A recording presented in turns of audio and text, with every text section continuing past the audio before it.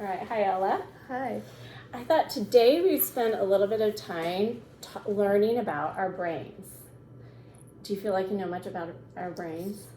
Not too much. So the brain is an amazing organ that really helps control everything we do. From thinking to feeling, even dreaming, all of it is controlled by our brain. So we're going to really break this down pretty basically, and we're just going to talk about 3 different parts. And so here's a really basic drawing of the brain, and it talks about the survival brain, the emotional brain, and the smart brain. So we'll get a little bit more technical than that. But these are all parts that are involved. They're involved when you have a stress response. So when you're anxious about something or when you have a really big emotion. So these 3 parts of your brain are really active when that's happening. So the first part that I want to talk about is the brain stem, the survival brain, which is right down here. It's a very primitive part of your brain. So if this is called like the hand model of the brain. And so this part we think of as that brain stem or the survival brain. And in that brain, things, in that part, it controls things that we just do automatically, like your heart beating. You don't have to tell your heart to beat. Mm-hmm. Can you think of anything else that might be just automatic? Like swallowing, sleeping. Yeah. Yeah, even like sweating, we don't say, oh, I'm hot, we need to sweat. Yeah. Mm-hmm. So those are just those basic things that are super important to keeping us alive. Mm-hmm. Regulating our temperature, heart beating, swallowing, digestion. We don't have to tell our body to digest our food. So that's the brain stem. And then we go up, and this part right here is the limbic system. And it is our emotional brain.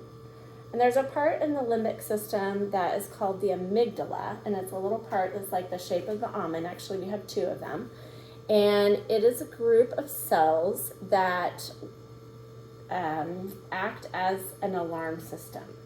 So here I say, learning about our operating systems, the number 1 goal of our brain is just to keep us safe. So when you think about in prehistoric times, there were a lot more dangers than there are today. Like there would be maybe a bear or a tiger or even another tribe that's going to attack. And so it was very important, that part was very important to sound that alarm so our bodies were ready to go into either fight, flight, or freeze. Have you heard that before? I've heard fight or flight, but I haven't heard freeze. Okay, so it's a response that our bodies just automatically have when we perceive danger and alarm goes off. But the problem is, in today's world, we are not having to fight tigers and bears, typically.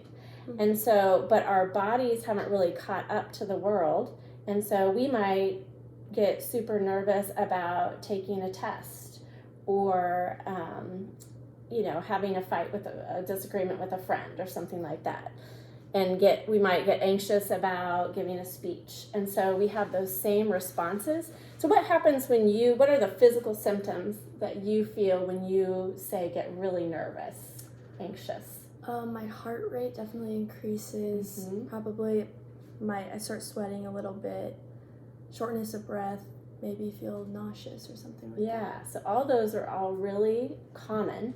And what's happening is your body is going into this mode where all of its energy is going to the muscles that maybe they're going to need to run faster or be stronger and hit someone or something. Mm-hmm. And so that's what's happening. And also what happens is your body knows that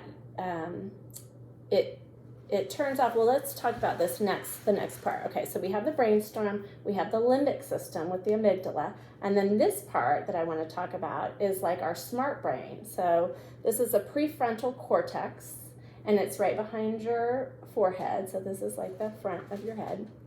And what happens is when we, like in primitive times, if we were going to have to run away from a bear or fight a bear, run from a tiger.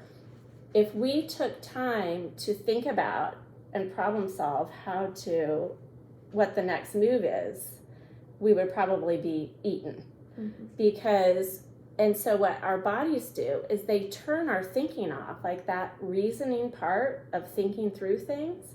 And so sometimes that's how we feel, and what they call it is flipping our lid.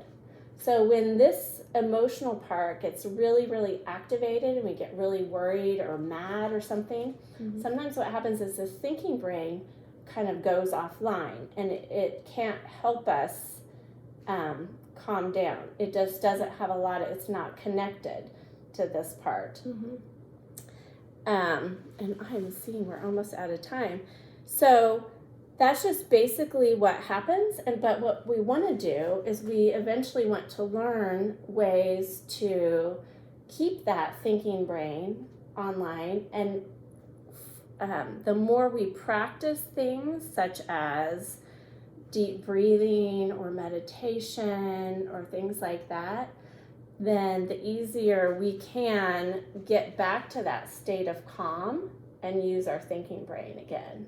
But it takes lots of practice. But the exciting thing is we can change our brain because it's malleable. Like we can change those pathways, and the more we practice those pathways, the more automatically we might go right. We can access that easier. Does that make sense? Yeah, it makes sense. Well, we're out of time. Thanks. Well, thank you. Yeah. Thanks.